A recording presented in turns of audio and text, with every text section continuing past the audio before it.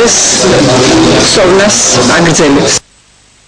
თურქეთში გამართულ მსოფლიოს ჩემპიონატზე საქართველოს თავისუფალი სტილით მოჭიდავეთა ნაკრებმა 3 მედალი და 4 ოლიმპიური ლიცენზია მოიპოვა. სტამბოლში გამართულ მსოფლიოს თასზე დავით მარსაგიშვილი, დავით ხუციშვილი და დავით მოძმანაშვილი ბრინჯაოს პრიზიორები გახდნენ.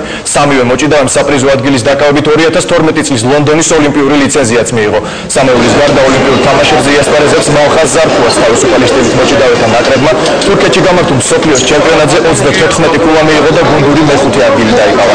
ბერძნულ-რომაული სტილით მოჭიდავეთა შორის კი ვერცხლის მედლის მფლობელი მანუჩარ ცხადაია გახდა და მანაც ოლიმპიური ლიცენზია მოიპოვა. საქართველოს მოჭიდავეთა ნაკრები თბილისში დღეს ჩამოვიდა.